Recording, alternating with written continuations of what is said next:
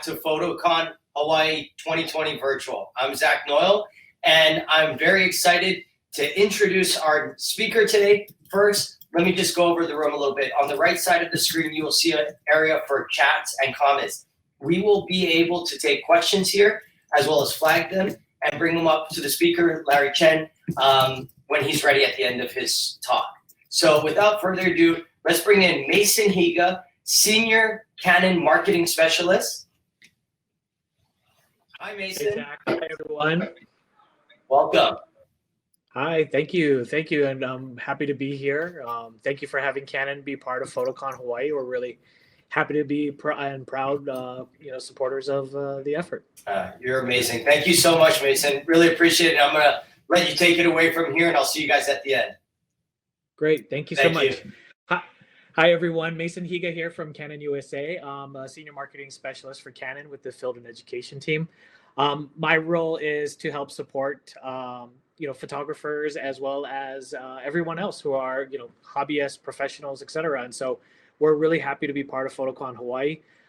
If you haven't heard, we've just released a few new products, such as our our RF 50 millimeter 1.8 STM and the RF 7200 f4 LISUSM. They're both great new RF lenses, and we're really happy to have those part of the new RF lineup. Also, we have our EOS R5 and our EOS R6, if you haven't heard. Those are great new mirrorless cameras as well.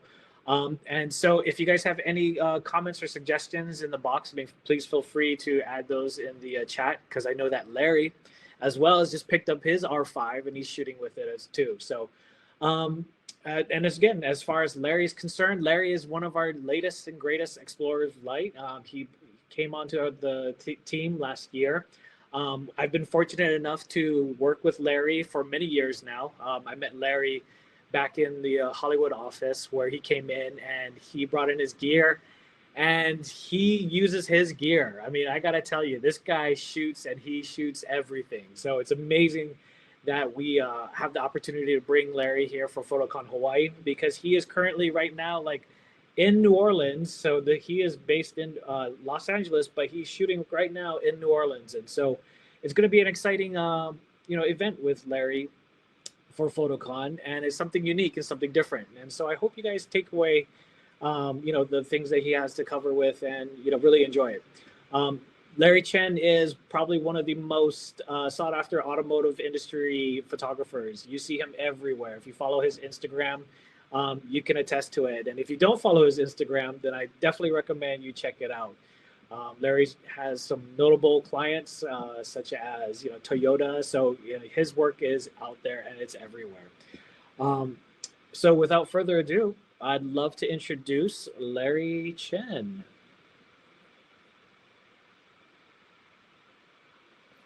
Hey guys, you hear me? Hey Larry, hey. How's it going? How much time do I have? I have a lot of photos to go through. You actually have quite a lot of time, so please feel free to not feel rushed at all.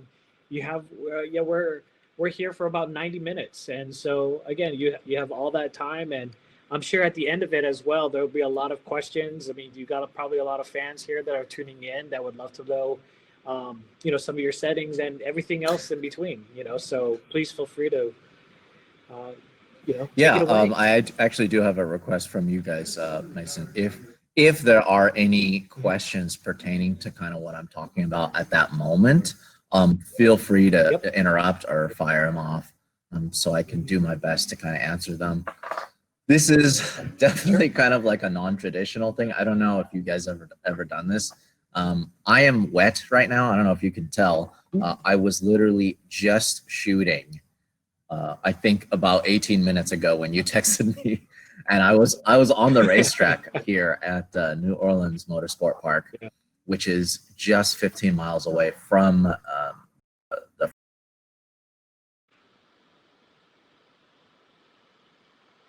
Oh, did we get a little hiccup there? Give it a few minutes to pause. Sorry about the technical difficulties. No worries. Oh, there you go. There you go. Okay. Got you back. Yeah, on. I was saying, just now, I was on track, and but right before I sat down, I loaded my cards, and I guess there's two things that I kind of wanted to show everybody. I wanted to show something that I shot last night, and we cut a quick behind the scenes video just to show, you know, the attendees what I guess what trouble I got into last night. And then what I can also do after I'm done with that set is we can actually go through a true actual live editing session, or at least culling session, from what I shot today to deliver to Gridlife as an official photographer. So I think that'll be something different and interesting. Definitely. So yeah, to hit it off, I guess the first thing, if you can just get the video ready. This thing we actually had a chance to shoot last night. For some reason, I thought it would be a good idea to take some of these actual race cars, like full-on drift cars with roll cages, fuel cells, not traditional transmissions, like everything, all full race car, not for the street at all. And we figured it'd be a good idea to drive it. We figured it'd be a good idea to drive it through downtown New Orleans, and as well as the French Quarter, and also through Bourbon Street, which is you know, the busiest area in New Orleans. So this was a lot of fun, and I love these kind of things. These are like personal projects for me, you know, just to kind of showcase car culture in a different way, because traditionally drifting is not really a big thing here. It's big in Japan, it's big in Los Angeles, and a lot of big cities in the US, but it just doesn't really come to New Orleans. So I figured it'd be fun to do this project. So yeah, if you could play the video. Definitely. Here we go. And it's a few minutes long, folks, so just we'll resume right Or after. and also another thing is you can lower the volume, and then I can talk over it and kind of explain what I'm doing around that time. You know, I'm not sure if we can moderate the volume. My apologies with this. I think it's I wonder just, if you can mute it. I mean, because well, let's see. I'm gonna press Okay. play, and we'll see.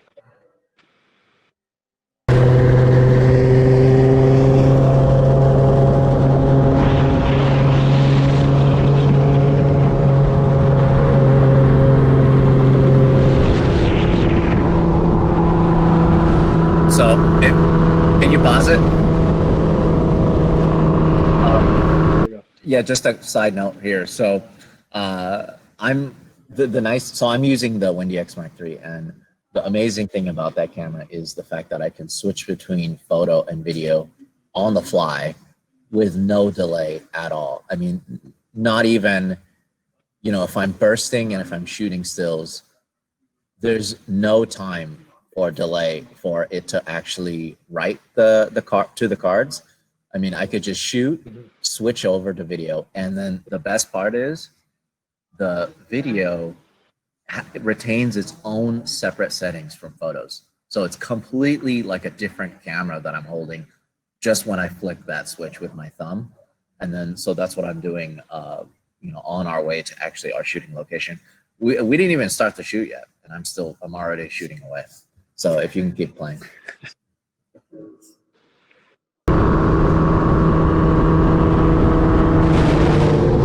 So this is the iconic bridge going into New Orleans. You can see downtown New Orleans in the background.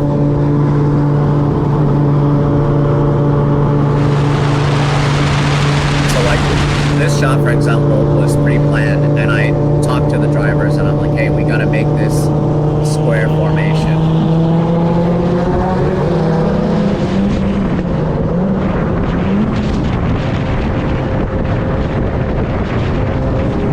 And the lens I'm using is actually the 1635 version 3. All right, here we go. Which is my newest lens. Actually, I just picked it up.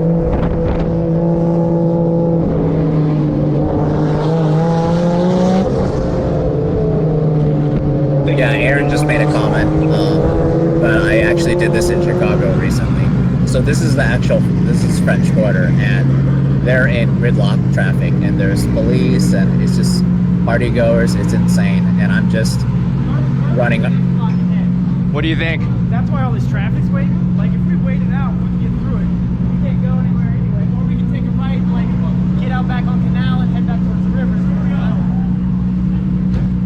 I definitely want that shot, so let's just wait it out. If they wanna, It's not like we're blocking traffic. Yeah.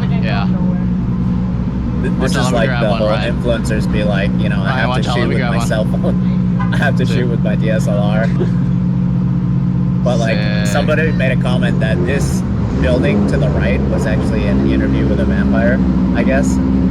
Yeah. Oh yeah. So this, and you can see I'm using live view as much as I can when the cars aren't moving. But as soon as I'm shooting the cars moving, I have to look through. You want to pose real quick in front? Because for me, still, there's nothing like replacing actually being able to see the subject. Just like last time.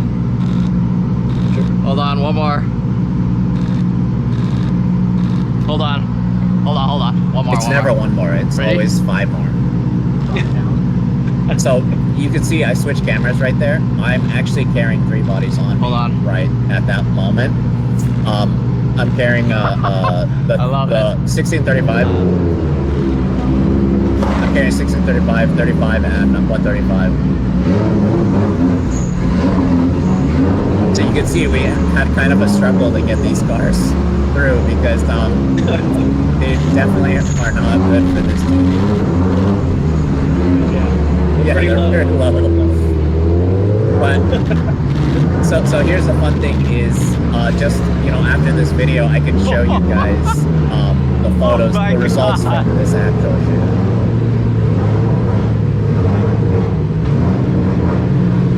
And you can see Tyler to the left, he's using the R5 for video. Yeah, so oh my god. You guys are fucking insane. Look at me. yeah, so we're able to shoot 4K 120 for the first time, which is really groundbreaking. Look how messy this is. Look at all my cameras. You know, what's the point in switching lenses, right? There's no, you don't want to switch lenses. Yeah. Yeah, folks, if you haven't checked out Larry's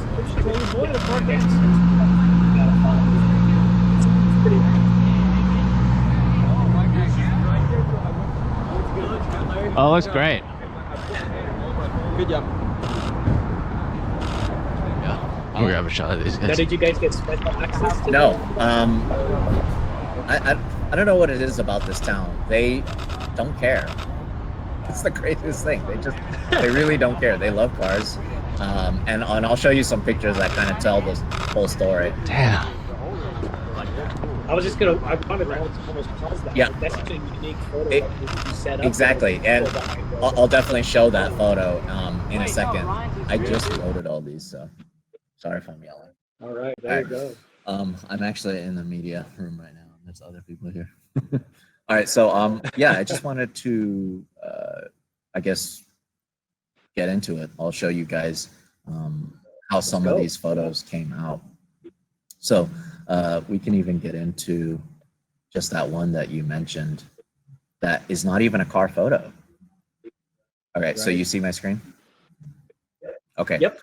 So this morning I quickly went through the photos and I actually chose my favorites on the back of the screen.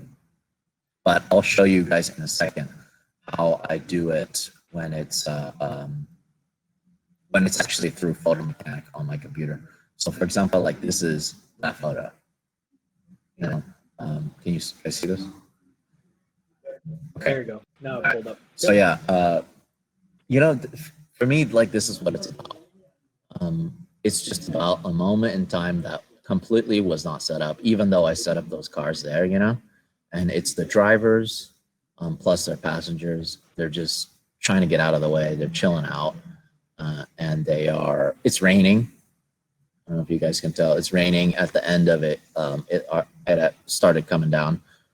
But shooting AV, wide open, 1.4, 30th of a second with the 35 1.4. This is just kind of like what I really look for outside of the actual car, outside of car photography. It's so much about the story, you know, it's so much about the friends. that came together to make this happen. And the story with this group is that just a couple minutes before, or just 30 minutes, 40 minutes before the shoot, I was talking to some of these guys in the paddock here at the racetrack, and they were all a little bit iffy on going for this drive. Part of it is that these are not street registered vehicles. You know, these are actual race cars. So of course, that's kind of the fun aspect of it, that you're driving these 800, 900 horsepower cars on the street. But I guess that's the fun part, is showing these out of place. So does anyone have any questions right now before I skip ahead? You know, some of the comments with the quality of the video, our apologies everyone if the quality, we'll be sure to kind of go through the images slowly here, but because this is going to, you know, we're doing this live and not pre-recorded, we're using, you know, the internet speeds that we have, so we'll do our best to make sure that we pause and not go too fast, and so that way the photos can be pulled up. Yeah, and to answer Charles T. Murray, he said that's the top garage fab guys. Yes, they are. That's them, and they're really, really cool guys, and they build some amazing cars. The story with them is that they build these cars and then they wreck them every event. I mean, not on purpose, kind of on purpose.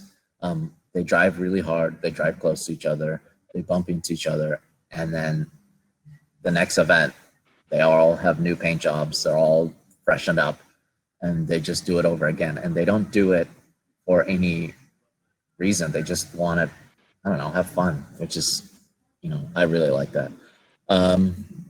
Let me get back to it. So let's see, share screen.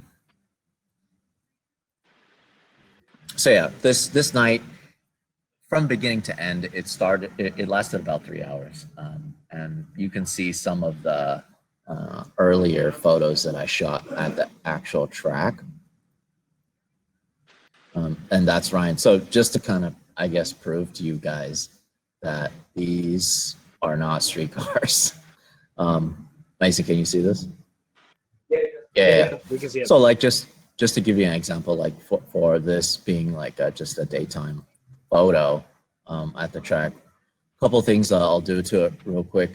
The main thing I'm using Lightroom for at this point in time is to fix my mistakes. And when I say fix my mistakes, I mean like this image, while it's okay as it is, there's a couple things that I need to fix in terms of like exposure. It's a little underexposed, and part of it is because naturally when you're shooting a drift car, what happens is it creates all this white smoke, right? And it actually throws the meter off, thinking that I'm shooting something that's really bright. So a lot of times when it comes to shooting this kind of scene, I just have to bump up the exposure just a little bit. I'll change the color profile to vivid just because I like the way it looks for the 1DX Mark III, because unfortunately, Adobe has not come out with a camera standard profile for that camera, as well as the R5. But they have come out with it for the EOS R already. But I'll go Adobe Vivid, which is pretty similar, I feel like, to camera standard, or to what it would look like if it was JPEG. And then at this point, you know, if I just go up just a little bit in terms of exposure, then the image to me already is a deliverable image. You know, it tells that full story of like, he is going full tilt. And look how much tire smoke he made, you know. He can only go 2 laps on one set of tires, if you can imagine.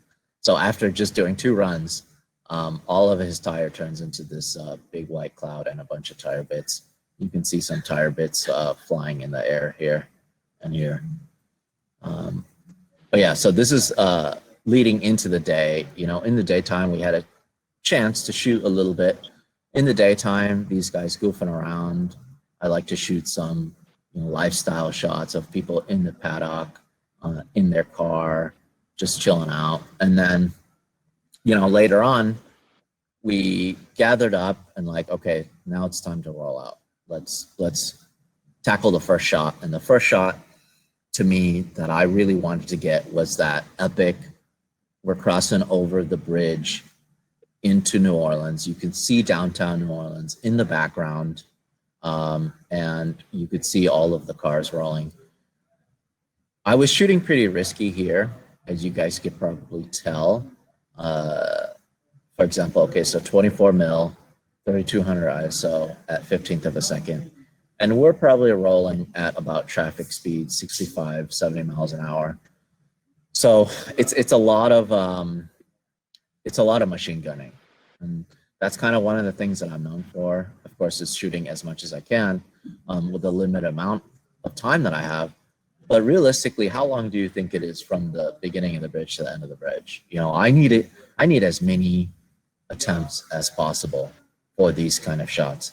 And on top of that, there's just so many variables, right? Like there's a variable in our car, you know, we're in a rental car. There's a variable in their car, their suspension, the road, how the road is on their side and my side. It's just so many things. And a lot of people ask, you know, what's the best thing to do when it comes down to doing rolling shots? What's like a good starting point? You know, I've shot so many rolling shots. I feel like if it's something where it doesn't make the car look like it's going a million miles an hour, it's almost not worth it to shoot. For me, the car needs to be moving fast and it needs to look like it's going through the city fast. I mean, you could see how long the shutter is open for in these shots. You know, you could see the movement. And while these cars aren't breaking the speed limit, it still looks like it's going fast. So like this one, 1DX Mark III, ISO 1250. This is on the 1635 and I'm shooting at 20th of a second. So like typically with these shots, I'm shooting through the eyepiece. I'm not relying on live view. I'm actually using my face as a way to stabilize the camera itself because there's just so much going on. And for me to get a relatively sharp photo, I mean, it's over here, for example, is probably the sharpest part of the image. And then over here, you could see there's some variance because potentially we are going faster than the car just by like a mile an hour or less, who knows? There's just so many variables, right? So if you were to do something like this in the daytime, if you guys wanted to try doing rolling shots and you're trying to do shooting from car to the other car, you know, maybe you start at something that's not as low as 15th to 20th of a second. For me, that's definitely pushing it, and that's kind of on the limit of almost walking away with no takeaways. I think maybe you could start as 100th to 80th of a second, and then as you shoot more and more, and as you get more of a hit rate, then you can move and work your way down. So this one, same thing.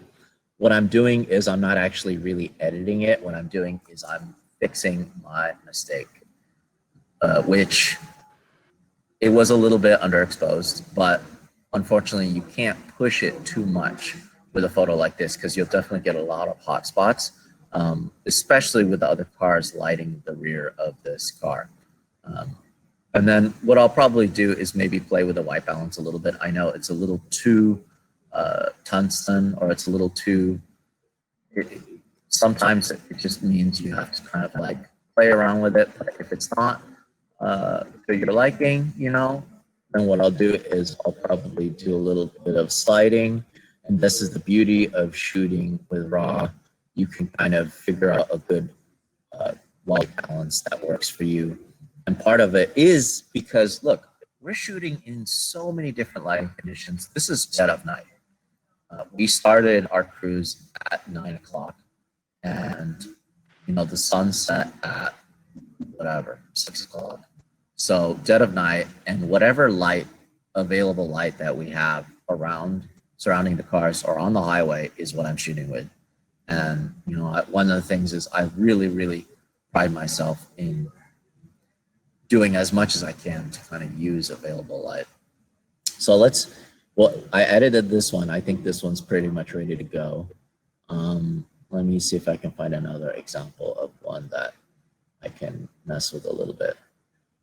So like these, I mean, I'm kind of happy with. I'm not super stoked on because they're not perfect. But like I said, so much variance. I feel like it's more of a storytelling shot. You can see the back of the window is perfect. It's so sharp. Even if I go even more, I don't know why this is not zooming in more than 100%. Oh, there you go. So like 400%, you could see at what is this, 15th of a second, 16 millimeter, f2.8, ISO 2500. I mean, it doesn't get sharper than that, right? But because there's such a variance in just everything, in terms of like how the car's moving, how the bridge is, it's just a little bit different, right? But the nice thing is still storytelling shot. And same thing with this. What I'll do is I'm gonna go ahead and try my best to fix my mistakes. It's a little underexposed, which is okay because we're literally lit by these tiny lights on top of the bridge that you can really only see, I guess, the flow of traffic. But I'll move the white balance thing around a little bit and see kind of what I can hit. Actually, something that I like. If I don't like it at all, what I'll do is I'll go back to what it was shot as, and then I'll adjust that way. And right now I can see it's a little magenta for my liking, and it's a little yellow. So what I'll do is I'll bring it down blue a little bit, and then maybe I'll go ahead and increase the contrast just a little bit. So much of it is just playing with it. So this is really hot. There's a lot of hot spots. So what I'll do is I'll bring down the highlights just a little bit, and then maybe give it a little, let's see what a little dehaze will do. It brings a little more color. And I think this is pretty much good to go. And one of the things that you guys will continue seeing throughout this editing session is I'm not trying to improve on the picture. What I'm trying to do is fix my mistakes.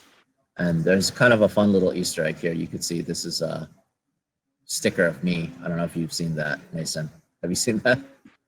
Come on, man. Of course. I'm waiting to get my Yeah. sticker. Next time I see you, I'll give you one. But it's a fun little Easter egg for me because some of the most iconic cars that I'm able to photograph in today's day and age, like up Pikes Peak or Formula Drift or whatever, Time Attack, or at this event, Gridlife, they're all so generous in kind of giving me a space on their car, which I don't know if you guys have seen, or I could probably, let me see. Peking Larry. But the best part of it is I asked my buddy to make that sticker, and he's like, oh, so what should I have you do?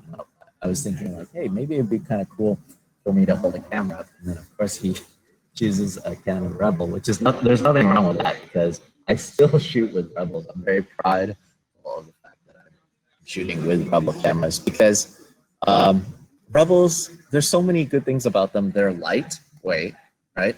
So especially when we mount them to cars and to parts of the racetrack or any structure, the vibration doesn't actually affect it as much. And then another aspect of it is that honestly, they're just affordable. You know, I can get 2, 3, 4 of them, and then I can have clones of myself essentially around the racetrack and on different cars. And if for some reason, somehow there's an accident and the car hits a wall, whatever, and we lose a Rebel, it's way better than losing a 1DX Mark III. Like, way better. And that's why we love using them. They're great cameras. And especially if you get like a wide angle, I think they make a 10 millimeter to, well, we have the 10 to 22, but I think there's even a more affordable version. What is it, a 10 to 18? You Yeah. think so? Yeah, don't Yeah, quote me on but that. Yeah. it's something that we use that is tack sharp. It's great for car to car stuff. It's great for remote camera stuff. But if you guys have a crop body, that is the wide angle lens to use. It's so good, and we love using them. And that's kind of the thing is, yeah, it's always great to have the best cameras, the best equipment you can possibly have. But if you can only afford a crop body, you know, use the most of it. You know, use the best things that you can have for that. In fact, I think some of my most iconic shots of all time in my career were with Rebel cameras because of the risk factor. You know, you just can't take that risk sometimes, especially if you're mounting it on the front of a race car. Let's see. What? Where was I? Should I answer some questions now? Yeah, go for it. I'm actually gonna pull up a link to do a little call out to this lens. And yeah, I've actually used this lens for some of our landscape workshops as well too. Because again, the wide angle on the crop body, it's a fantastic. And I'll be honest, if So you guys can afford the 10 to 22, I feel like it's a little more metal to the lens, and it has a little better feel.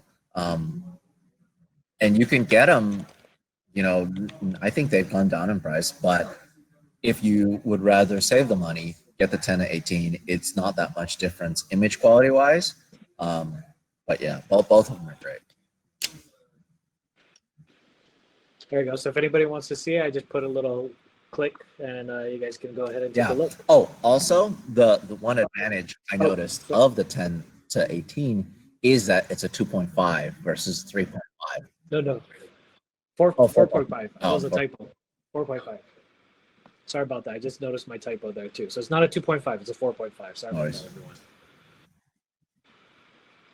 Oops. But it's still a great little lens and super portable, super lightweight. I'm happy you recommended that. Yeah, I mean, from Larry Chen actually to recommend that. That's it's funny. fantastic. So I was on a Matt Ferris podcast, which is has I think probably one of the biggest car podcasts, and he was jokingly saying, "Hey, wouldn't it be funny if you kind of came out with your own camera edition?" And he's like, "What would it be? Would it be something that's so crazy, has all these features?"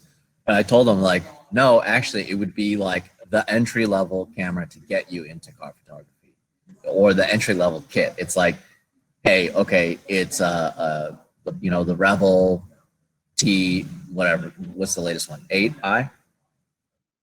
T8i.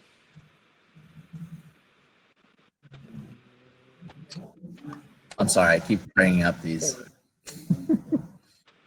I know, I gotta pull it up. Like you're testing me on all of my. But yeah, it would be something like the latest Rebel, right? It would be a wide angle. It would be a medium range. That's something like one that was just on sale recently. I think it was the STM lens, right? 24 millimeter or something, like a pancake. Oh, we have a wide. Yeah. The pancakes I absolutely love because guess what? They're small and you can fit them in smaller places too. And then just like your standard zoom that you will be able to use trackside. I think that's like the Larry Chen entry level. You get this kit and then you should be able to shoot pretty much all types of car photography. Let's see, what other quick questions could I answer with? Is a Rebel XS good camera to shoot with? Yes, that's great. This is a good one. Have you had a chance to try rollers with the IBIS in the R5 combined with the IS in an RF lens? So unfortunately, I don't have any RF lenses yet. Our workflow right now does not allow for that because I really like being able to use all of my EF lenses. We have so many EF lenses across the range, and there isn't like a RF 400 millimeter or a 202 yet. Maybe once those come out, you know, maybe I'll get the RF version. But as of right now, there's just so many specialty lenses that we love to use that we can't actually get for the RF. But we have been using a lot of EF lenses with IS combined with the IBIS, and it's amazing. It really is amazing. How do I close these things? Do I just, oh yeah, Yep. okay. There we go. Yep, just click on finish Okay, answer. all right, got it. Let's see. And that's the great thing too with the the EOS R, the R5, the R6 cameras is because of the IBIS inside of there. And definitely you'll see a difference between the IBIS with the different cameras and the different lenses, of course, the different combinations. But that's the beauty of the R system, is that you can use the EF with the adapters, and there's no lag, there's no image quality degradation at all either. So you got like the best of both worlds. And so until you need that extra lenses, you still can use all of your older EF lenses. So, Yeah. So I'll finish this set, and then I'll get into some of the stuff that I shot today. And I think since we're talking about the R5 a lot, I think I'll do something special. I'll show you guys some shots that have not been released yet of the new Z car. I don't know if you've seen any of the things that I've been teasing about that. But yeah, I actually had a chance to shoot the new Z Proto from Nissan. They were very generous to let me use it for 2 days before everybody else, before any other journalist, before anyone else. As soon as it came off the boat from Japan, it came to me, and I had a chance to photograph it in and around Los Angeles. And I definitely had the R5 with me. It is such a weapon. Like before the R5, we used the 5D SR pretty much for any commercial job, because 50 megapixels, you know, there's just so much we can use with that camera in terms of detail. But the problem is it's a little on the slower side. It's definitely has some getting used to use it as like your main camera. But that's all fixed, I feel like, with the R5. We're using that as our main commercial camera now because it's 45 megapixels. It's almost there, almost 50, but the dynamic range and everything else about it is so much better. The focusing, the fact that it uses CF Express cards, or yeah, it just, I love these things so much. They transfer so fast, and that's one of my video guy. He's been using the R5 a lot, and he actually has his own 1DX Mark III. One of the favorite things for him after a night of shooting is being able to transfer everything within minutes, no matter how big the card is. Yeah, right. Definitely. The ingest process is so fast. So let's go back to Lightroom. I hope you guys are not tired of me sharing all of these photos that I took yesterday. Let's see. Yes, I loved taking these kind of pictures here. This was just during a red light, and I just figured, hey, let me just jump out and get the shot. Look at my buddy Ryan. Look at his smile. Can you guys see that? This is so. It's just, oh, there you go. it's just so. It's just so silly. Like, just the scene in general, you know. Like, so a lot of people asked, "Hey, how did it go? Like, did you get in trouble with the authorities? You know, obviously these cars are not road legal. What happened?" Well, I tell them the same thing happened in Chicago. When we took these cars into Chicago, all the police, they either just ignored us completely. We must have passed 20 cop cars in Chicago and also in New Orleans. They ignored us completely. And in Chicago, actually, they came up to us and said, "Hey, cool cars. Have a nice night." So, yeah, exactly. Nice. Because guess what? They have a lot crazier things to worry about in Chicago and in New Orleans. Sure. Yeah. But just to give you guys an example of what happened at night at check this out. So this is a photo. It's raining, right? It's really far from New Orleans, and we're about to make a left turn into the track, basically. We're like maybe a mile down the road from the racetrack. And then that's my buddy Ryan, pulled over by the police. in his race car. And the story is hilarious. He basically goes up to him and he's like, "Hey, sir, you have no license plate. You have no registration. You have no insurance. And this is obviously a race car. Where are you going? What are you doing?" And he just responds, he's like, "I'm just driving to the racetrack. We're just out here to take some pictures." And then the officer's like, "All right, have a nice day." And then he just drives away. Well, look at that. That's awesome.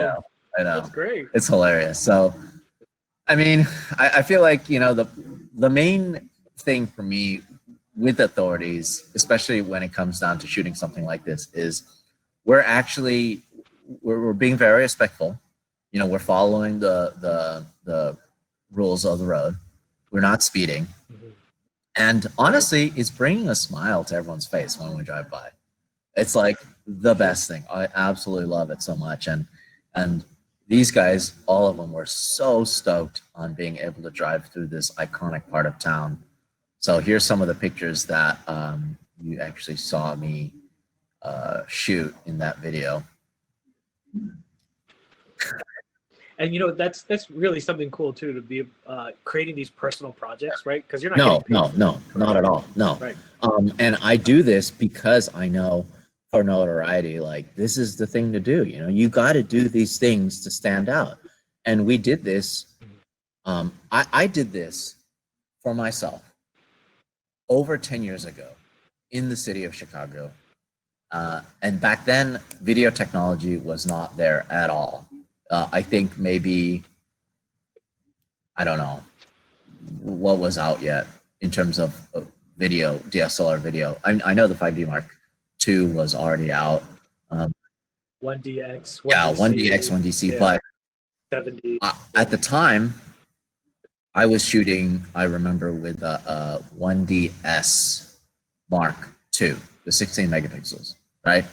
And for me to be able to, if I shot at 1600 ISO, you could barely tell what car it is. I mean, because it was so grainy. You know, the technology was just not there yet. And a lot of times at that point, I was maybe using tripod, doing long exposure, trying to get around having, you know, the grain and the image quality.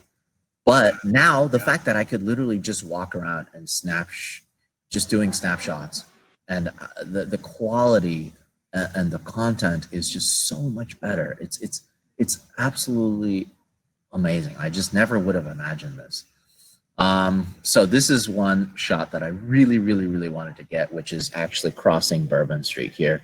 And it's a little underexposed, but that's okay. That's kind of the nice thing about the 1DX Mark III. The dynamic range is so good, and it's amazing how you can transform an image so easily by just moving one dial here. And I'm bringing back a little bit of the highlights of the neon signs. Yeah, and just the colors, the flake in the paint. I was shooting pretty risky here. You could see I was shooting 1/10 of a second of him crossing the street here. And to the very left of me, there were police, and to the right of me and behind me is a huge crowd of people. Since I had the 3 cameras, I was very, I guess, cognizant of people maybe, you know, bum rushing me and taking my cameras, but I was like, you know, being as safe as I can, and I guess just keeping my distance, you know, from everybody, so I could just do my thing, get out of there. Like these little moments. You look at this, look at the ISO, 51,000 ISO. Never ever would have thought I would be able to shoot at that kind of ISO, ever. And the fact that the images are still usable. So these are fun, you know. These are of them crossing that, like, I guess, pedestrian or car barrier. I don't know, it's just kind of a fun storytelling shot. Like, this guy's like, thumbs up, you can go, and he's not even paying attention. He's on his phone.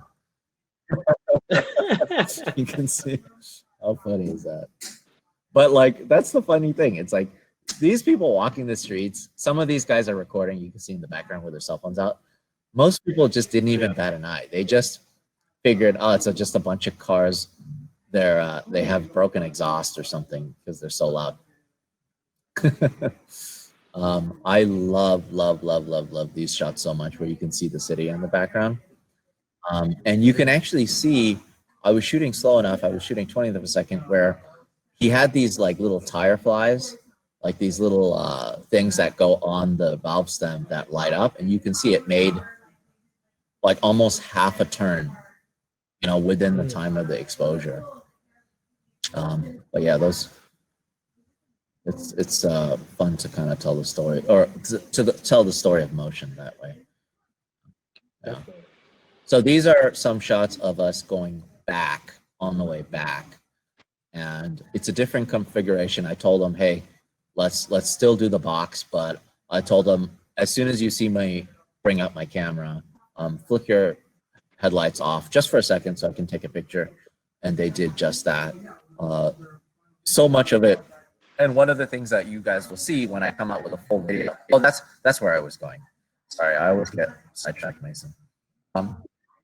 Was saying 10 years ago when I did it in Chicago, I would have loved to be able to tell the story on the video side. You know, I would love to tell the story like, this is how I got these shots. This is what we did that night.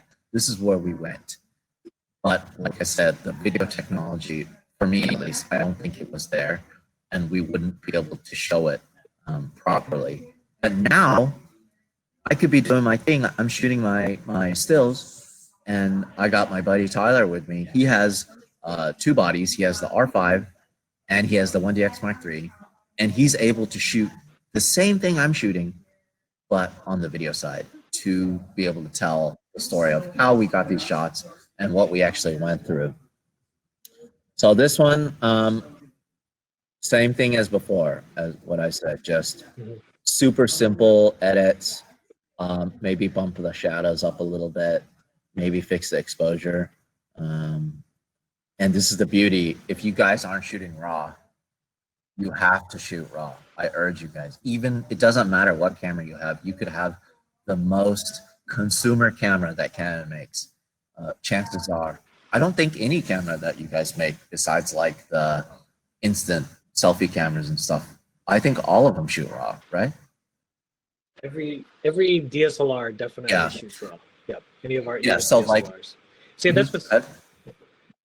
I was just gonna say, and that's what's great about you as well too, is that you're using technology to help create and craft your stories, right? You know, like, so that's what's so great about, you know, making compelling images, but also knowing full well like how and when to use your technology. Yeah, exactly. And so if you guys don't know the advantage of RAW, one of the big things is to be able to change the color of the photo after the fact.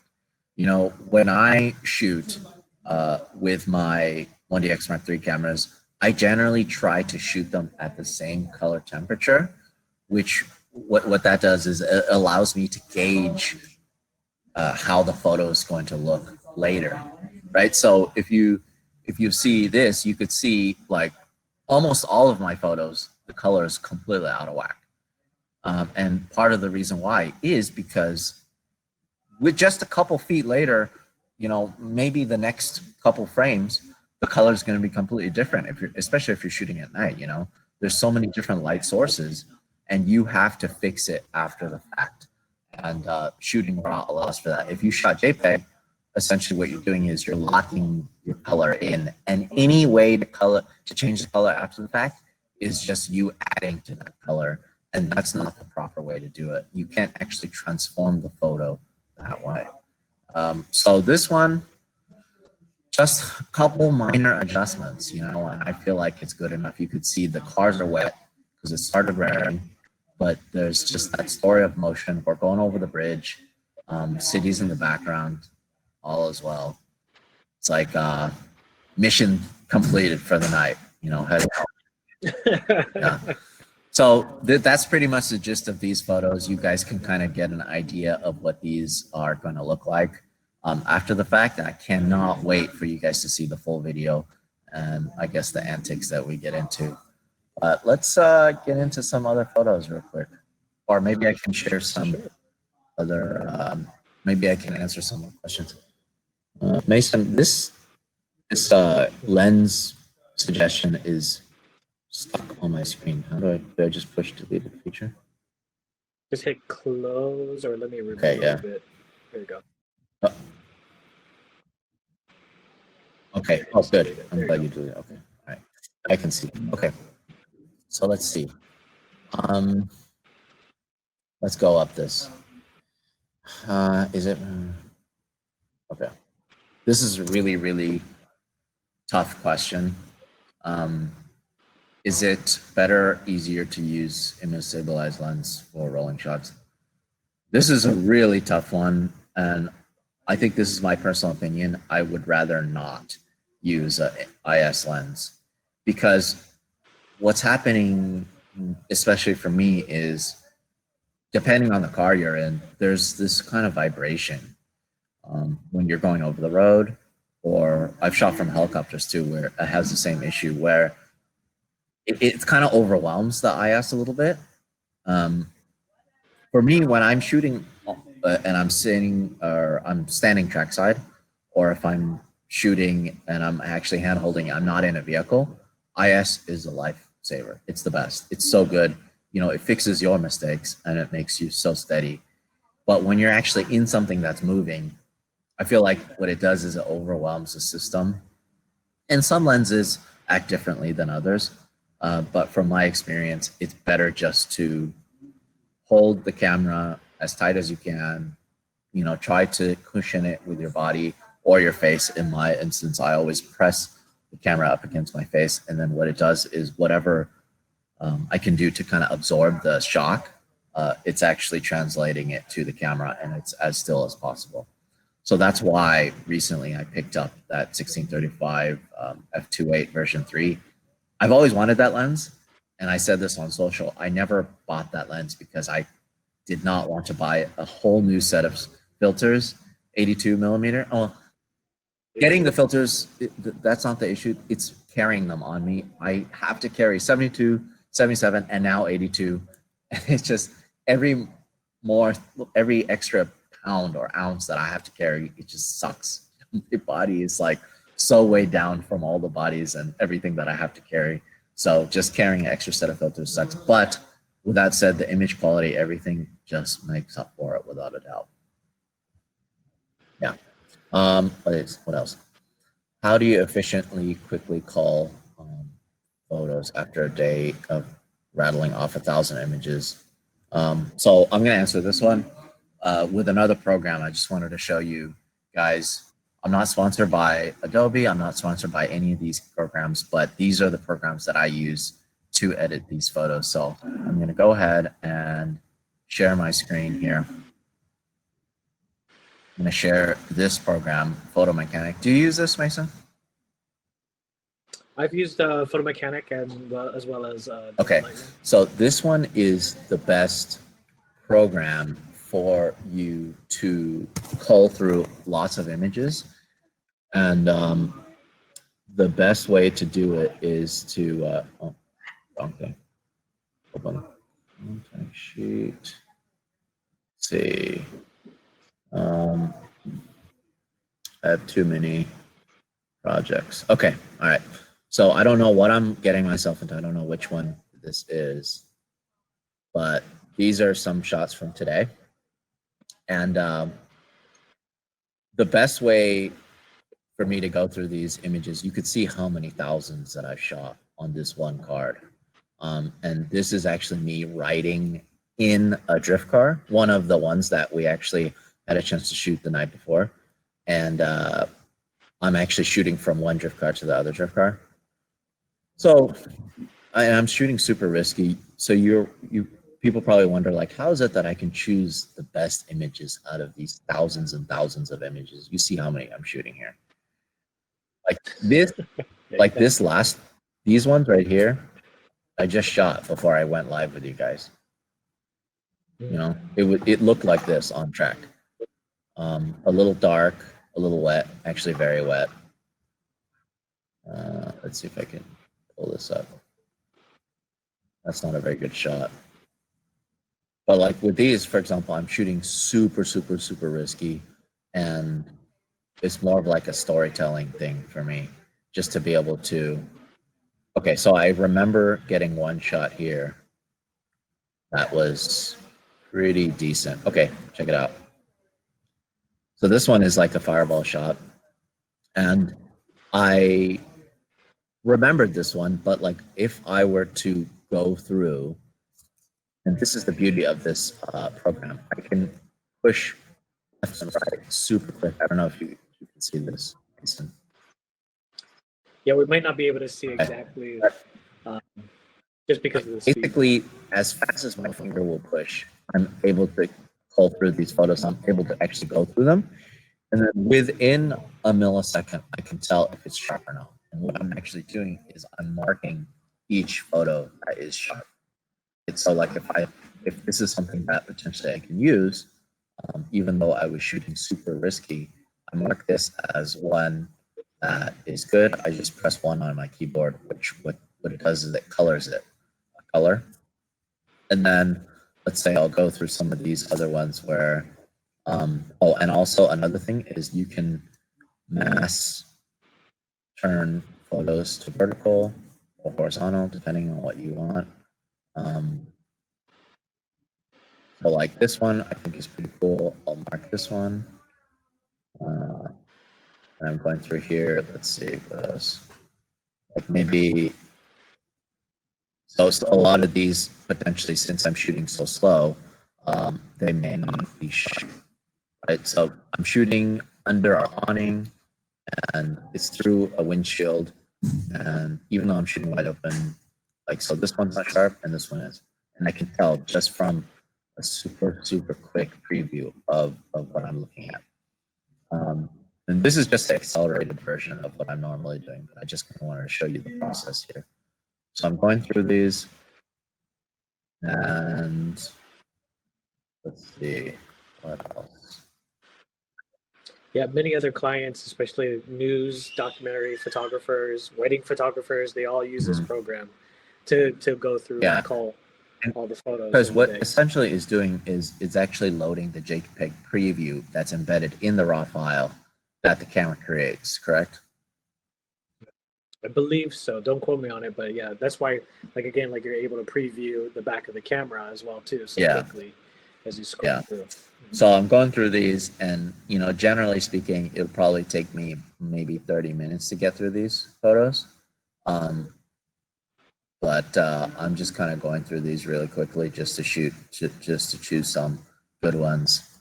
I think some of these, I don't know if any of these are. Oh, so like this one I rated in camera already. I set this one to 1 star here. And if you guys are wondering, a lot of people don't know, a lot of these cameras that Canon's coming out with now actually have a rate button, just a dedicated rate button. Like I noticed that on the R5 right away. Because generally speaking, what I do is on the 1DX3, I assign a button to the rate feature. And what it does is it allows you to give it a star amount. And this one, for example, is 1 star. And what I'm doing is I'm marking it for later. So I know that it's potentially sharp and it's potentially something that I can use. Right. So let's see what else. Like this. And another really cool thing too in camera is that if you do favorite it, you can also change the way that you play back and view things. So you can use the main dial to just go through each photo, but then you can also change the dial at the top to set it to just view your favorites as well too. Skip every. That's a really good feature that a lot of people don't realize. It's just there's always these small things that are so helpful that we actually use day in and day out. That I feel like it's just one of those things where you just need to teach people, and then it'll just blow their mind. I mean, the features are there, you know, and that's kind of the whole thing with Canon. The education is so important. The features, you want more features? There's too many features to already, you know about. You know, I mean, I learn stuff about the programmers day in and day out all the time. Like I remember the first time I met John Lawrence, he taught me something that blew my mind, like the fact that you could push the Q button to go through menus super quick. You know, here I am wasting seconds of my life every single time trying to go through the menus, while he's kind of showing me all these cool tricks. But yeah, like these. Well, that's why, like, I can't wait for us to do another workshop for folks. You know, we've done how many workshops now? I actually have a list. I think it's 11. Yeah. Okay. Yeah. So, you know, of course, during COVID and everything right now, we're not doing any workshops, but stay tuned. Hopefully, we'll be back on it. We've done what we've done Peterson Museum. Jay Leno's garage. Jay Leno's Magnus Walker's garage. garage.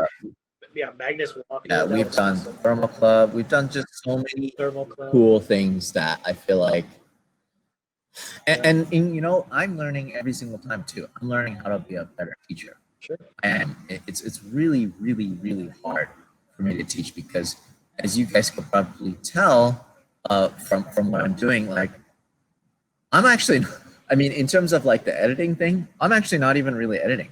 The main thing I'm doing is I'm just trying to choose the photos. The cameras are so good now. The image is already almost there. You know, it's already at a point where it's ready to deliver, which is something that I'm not even used to. You know, it's so cool that it's come this far, technology, with the focus points, and that's one of the main things that I tell people a lot of times when people complain about the 20 megapixels the 1DX Mark III has, and also the R6. They're like, oh man, that's so lame. It's only 20 megapixels. I say to them, I'm like, so would you rather have 20 megapixel image or no image at all? Because if you try to use an old camera or even realistically, like if you tried to use the 5D SR to try to get a 50 megapixel image of the same thing, good luck. It's not going to happen. You're just going to miss the shot, you know? It's just right. Definitely. Not only for example, if you try to use the 5D SR and you get a 50 megapixel image at 3 frames per second, you know, of something, it's just you're missing so much. You're missing the image. And for me, without a doubt, it's so much better just to have something at all in focus and super sharp. And on top of that, it's just usable. It's something that you can sell. It's something that you can publish. It's something that you can be proud of. Let's see. Let's go back to this. Let me just finish up my point here. I'm sorry. You know, and also too, as we're talking, as you're looking through, you know, it doesn't necessarily have to, and it doesn't necessarily have to be a 1DX Mark III for those of you who are maybe just starting out as well too. You know, I just bringing it back to our, you know, EOS R5 and the R6. The R6 has a very similar 20 megapixel sensor to the 1DX Mark III, as well as being able to shoot up to 20 frames per second as well too. So you're not going to miss the shot with it. And if you do need to, you know, get that larger pixel, you know, megapixel count, the R5 is a 45 megapixel. And if you do shoot with the if you do shoot with the shutter, the electronic shutter, you're able to shoot 20 frames per second as well too, which is amazing to me. Like, that's amazing. So 45 megapixel and 20 frames per second is pretty incredible. Yeah. Step one is actually get out there and get in front of the image, you know, and get something cool. That's step one. Get out of the house, even if it's by yourself during these times, you know. Go hiking, do some kind of landscape photography or whatever. Just, you know, get inspired. And you know, if you can't afford a camera, use your cell phone. And then guess what? Once you get better, then get a camera. You know. So this is what I wanted to show you, guys, on Photo Mechanic. Okay, so you saw me color a bunch of images. Normally, I would do the whole thing. I would get it ready for delivery, you know, to the client, which time I actually have to give these photos to Gridlife. I'm going to go ahead. I'm going to click this, which shows the ones that are colored, right? So right now, it's these ones. What I do is I rate them by selecting all of them, and then I give them all 1 star, okay? So then after that, what it does is it changes the physical property of the image. It actually adds an XMP data to the image, it actually adds, the information that, hey, it's colored and it's also rated. And what I do is I close this, right? And then I go ahead and I import it to Lightroom. And then the beautiful thing about it is Lightroom recognizes, hold on, I'm having technical difficulties. So Lightroom, the screen sharing stuff. Okay, let's see, let me import it. Do you see me or do you see the screen? Oh, we see you. I have to import this stuff. Yeah, this is all this stuff. This is the first time I'm doing this stuff. So, okay, I'm gonna go ahead and import this folder.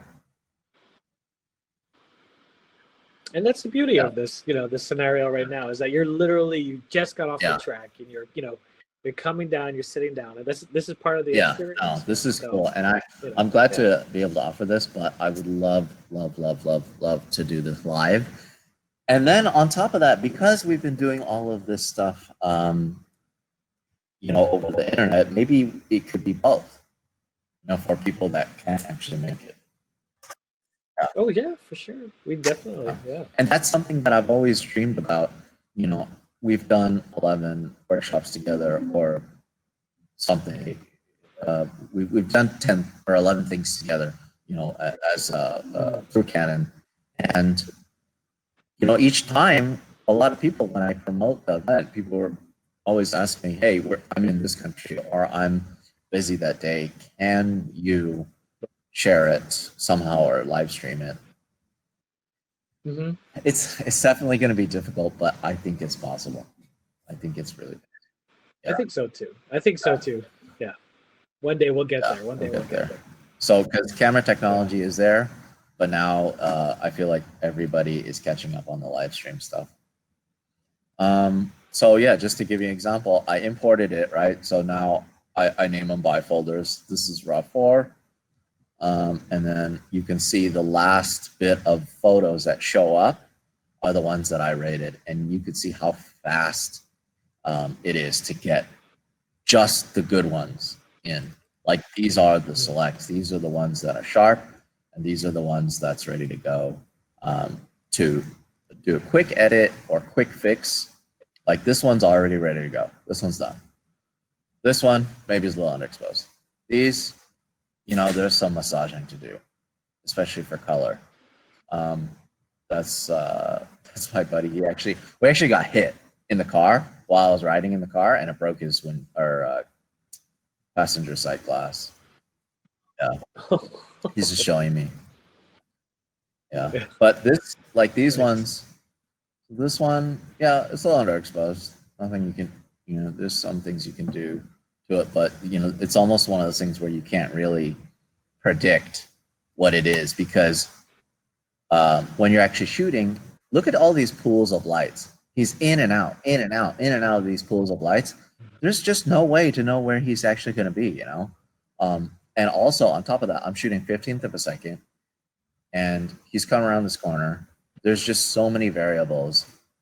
So I'll go up in exposure a little bit. It's still really good. There's still a lot of information. Look at this. Look at all these little sparks coming off from under the car. Mm-hmm. I mean, like this detail, this camera is just so good. It's too good. It's cheating.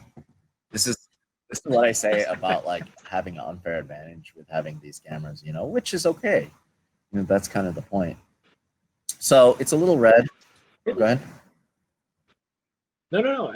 But again, you're taking advantage of the technology that is there, right? Again, exactly. So you're making the full potential. Yeah, and if you gave me a Rebel, I would use that, and I would try to attempt to get something similar. Maybe my hit rate might be lower, but at least give me a fighting chance to get this. But so I removed the highlights a little bit, and you see what that's done is it's actually given me the fire detail back. And if you go a little too much, you can see what it's doing is it's actually adding, a detail, I guess. It's adding detail, which doesn't give it a good look. So what I do is I bring it back just a little bit to the edge of it being clipped out. So I think that kind of shows fire the best, where it's just to the edge of being clipped out, but it's not clipped out yet. And then, because it was raining, maybe I'll give it just a slight little bit of dehaze, just to get a little bit of that cloudiness away from the image.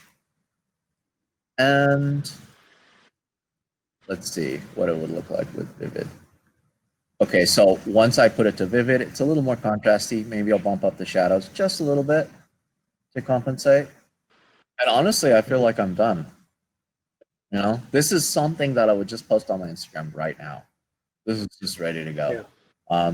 I'm not trying to fake anything, I'm not trying to change the sky or add in flames or whatever. This is just the way you guys saw how it came from camera. And then watch, if I just click this, it goes back to before, right? Can you see the before? Yeah. Yes. Look how big of a difference that is with just 1, 2, 3, 4, 5, 6, 7 dials. Right. Just a few tweaks. And like I said, again, I'm fixing my mistakes. I'm not actually trying to change the image. My mistakes were maybe, my settings were just not correct for this photo, or who knows, whatever. And I could have dialed the light or the white balance in perfect for this specific location. But what's the point if you can change it after the fact, Yeah. Mm-hmm. So yeah, talk about a big difference, right? Went from a very underexposed image to something that's super usable, and that tells a cool story. Like, he's going through this corner and he spits a huge fireball. Yeah. Let's see. Yeah, so these ones talk about like unfair advantage, being able to get these shots. And you could see I'm machine gunning away. I'm not shy about the fact that my hit rate is low. But that's kind of the point, no time in history, no time in camera technology are you able to get these kind of shots. There's no way. Like we're both moving 65, 70 miles an hour through this corner. I'm sticking my hands out. This guy's going just as fast, completely sideways, different angles. Yeah, so this one I think probably has a couple more things to fix. Like, one of the things that I always try to promote with car photography is a correct horizon. And this one, horizon is a little off, and there's only so much I can do holding my hand out of the window. I just can't keep it that still just because of the violent nature of these cars. So I'll correct that, right? There was a sunset going on. So what I'll do is I'll go ahead and see if I can bring some more detail back on that side. Maybe I'll hit up the highlights a little bit, maybe a little exposure, just to bring a little more detail on the sunset, right? Okay, and then exposure, it's a little bit underexposed, but it's not too bad. If I go a little too high, what I'll lose the sunset, and I'll lose some of the highlight areas in the car. So what I'll do is maybe I'll play with the lights just a little bit, just to get the bright areas a little brighter. Maybe a little more exposure, some contrast, and I feel like I'm done. This is it. This is my story I want to tell of me riding with this guy, chasing this guy. Let's see. So one more thing I wanted to show you guys before we go, which is the Z R5 shots. So if you guys are wondering, yeah, let's see. Okay. You see me now, right? Okay. I'm gonna go ahead. I'm gonna try to open up that catalog so I can show you guys. This is just what I live for. Like these. Oh, I have a lot of questions. Should I be answering some of these questions? Oh yeah, wow. There's a lot of questions. I have, how much time do I have? 15 minutes? 15 more minutes. Yep. All right, let's go through this quick. All right. Let's see. Okay, Z photos. Let me pull that up and I'll share the screen. And by the way, I'm doing this because I legitimately got the okay from Nissan just 2 days ago to share some of these images. So I'm really excited to do that.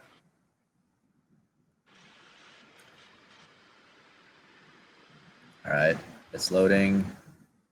It's a lot of files, and especially with the R5, the files are huge. They're more than twice the size, and it's just so awesome to be able to show you guys these photos. Okay. All right, now I'm going to share the screen.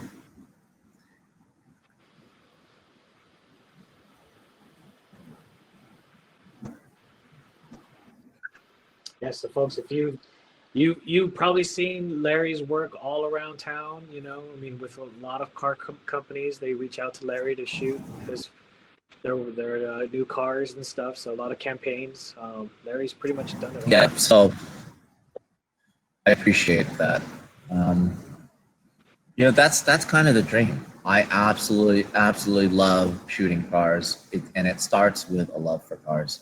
I don't know. It's just growing up in Southern California. You know, that's such a big part of our culture, transportation, and this is kind of like a really good storytelling shot. This is with the R5, and this is a stitched shot, and I can show you guys the photos that I used to stitch this together. But just out of the camera, like not out of the camera, but just right off the bat, it's so crazy how much I can zoom in and how much detail there is on these photos, just from a single frame.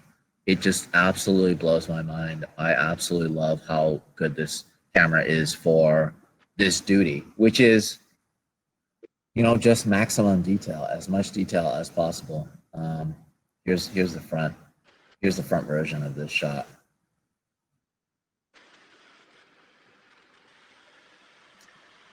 But like, even just to zoom in on this badge, for example, this is 400%. Okay, so this is way beyond 1 pixel to 1 pixel, but the pixel to pixel sharpness, the edge of it is unlike anything I've ever seen, and it's so good.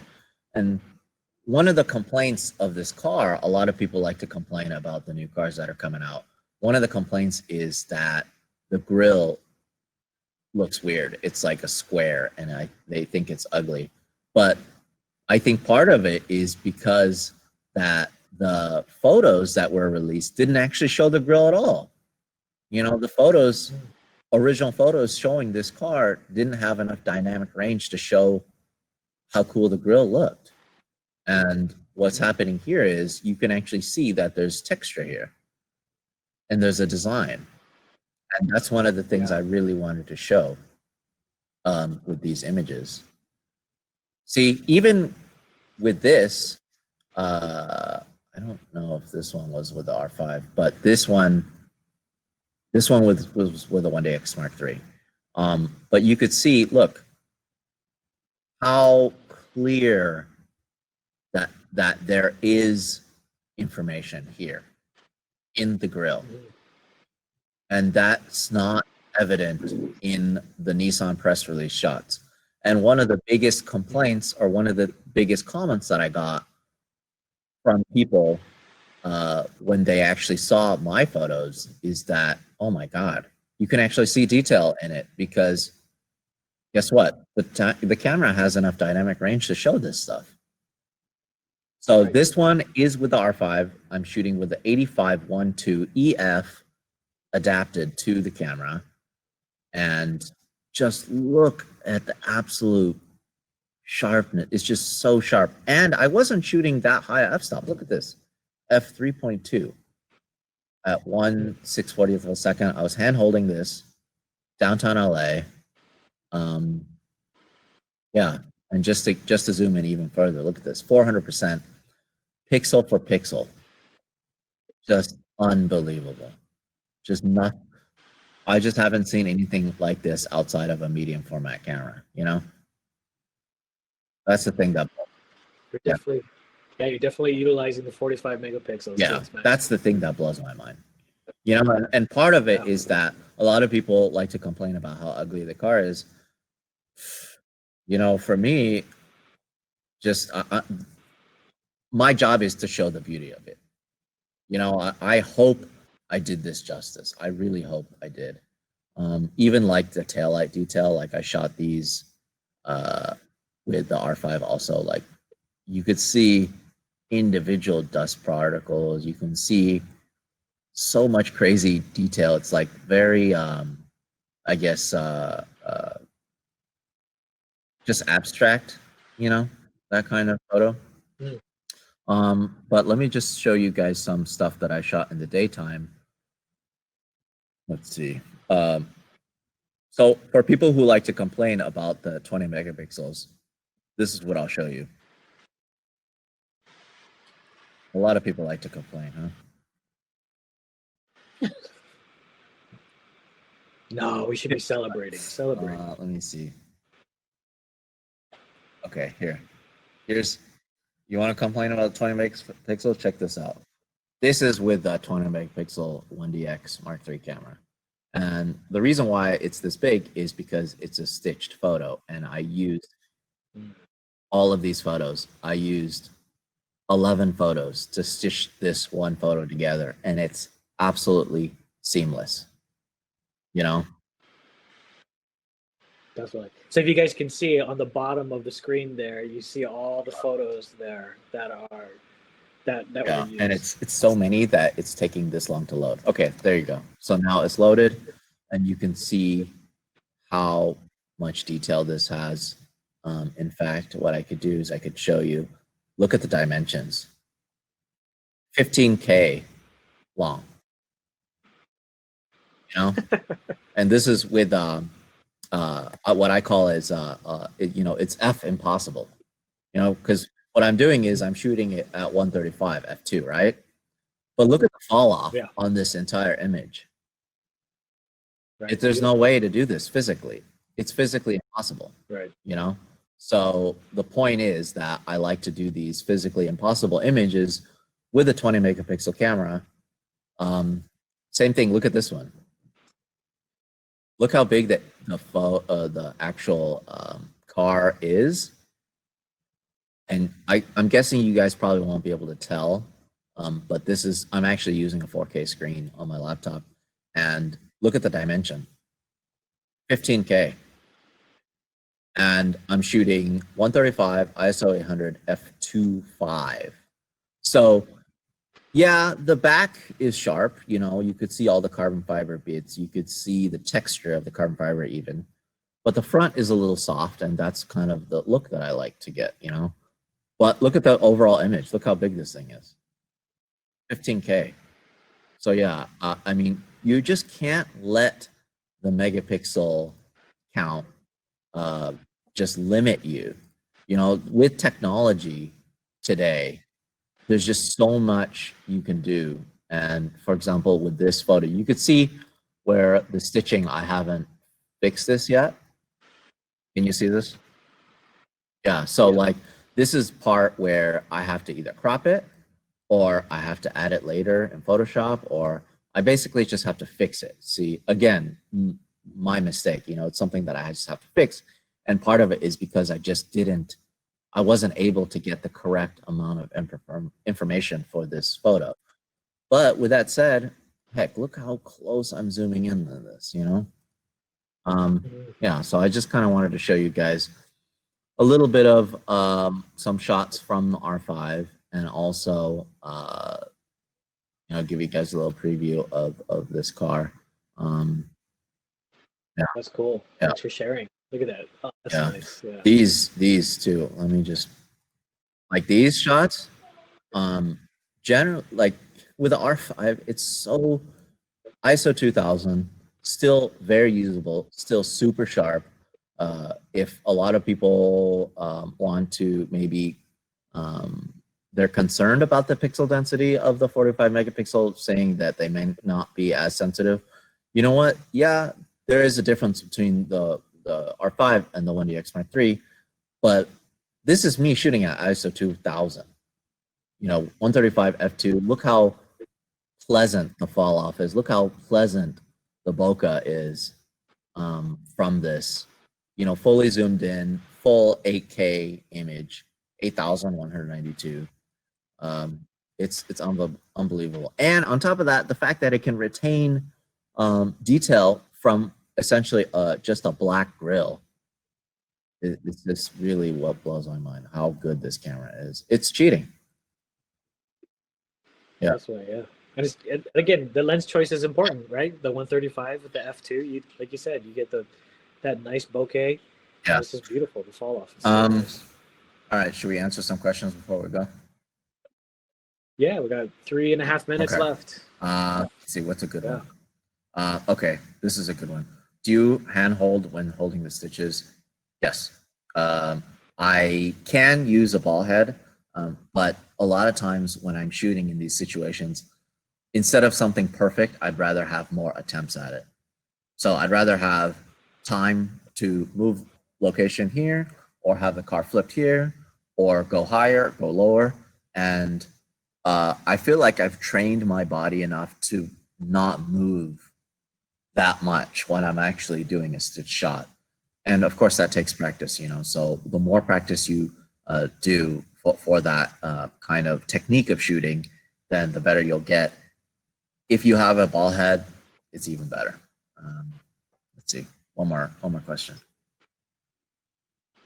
Let's see. Yeah. What's another one? Do you have a good question queued up? Let's see. Oh, we have all these. If you click on the question there on the top area, there's 50 and a question mark. It'll highlight all those questions. Yep. Okay. All right. This is a good one. What are the biggest advantages, disadvantages of using the R5 versus the 1DX Mark III? They're completely different cameras, and that's why I shoot with both of them. The 1DX Mark III is still the best camera for action, without a doubt. There's nothing that will replace your actual eye seeing the action unfold within milliseconds, you know, making those micro adjustments to where the action is. There's just nothing that will replace that. And, you know, in the future, potentially, once the electronic viewfinders get better, you'll be able to get close. But for me, I think the 1DX Mark III is way better for action. The R5 is my go-to for when the car is either moving slower or if they're just static and I just want to get the maximum resolution and maximum detail. Yeah, that was incredible, Larry. Jeez. Thank you for taking us and being able to show us everything you're doing like at hand right now. It's pretty wild to see. Love seeing that behind the scenes, dude. And I know you were literally on the track, soaking wet, rushing off, time change, everything happening. So we appreciate you being here. My hair. Bro, you put it all together. You put an incredible talk together that was so informative and insightful, and appreciate it, man. Yeah. Truly. Well, great. Sorry if I blabbed on too much. Nope.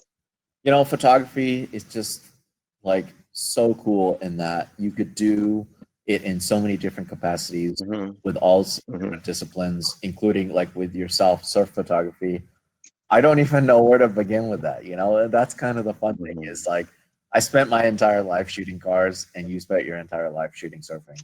But yeah, the fact that we kind of still hit it off is that's the point. That's what's cool about it. Absolutely. Absolutely. I mean, we did our live talk on that between sets, and I just finally put it on YouTube, and I think it's 2.5 hours of talks, you know, and you and I just kept going. We kept going and find so many like connections and correlations between the two cultures. So that was really rad. Yeah. So I was stoked on that. But Dude, thank you so much. Get you back out on the track and get you back working on that. But we really appreciate you being here for this, and Mason and Canon for having us here or joining us. You bet. Thanks for having us. No, I really appreciate it. It was, as usual, hanging out with you guys is a real treat. So thank you. We really appreciate it. Absolutely. And so that concludes Larry's talk. We have one more talk coming up in half an hour's time, and that's going to be an Aquatech water housing roundtable. You can still sign up for it, photoconhawaii.com. Click the link and sign up now to join us. And that's going to be myself, Ryan Pernofsky from Australia, and Brian Wright from Aquatech. So thank you again, Larry. Thank you, Mason. And we will see you guys soon. Thank you. Really appreciate it. Thanks, everyone. Bye.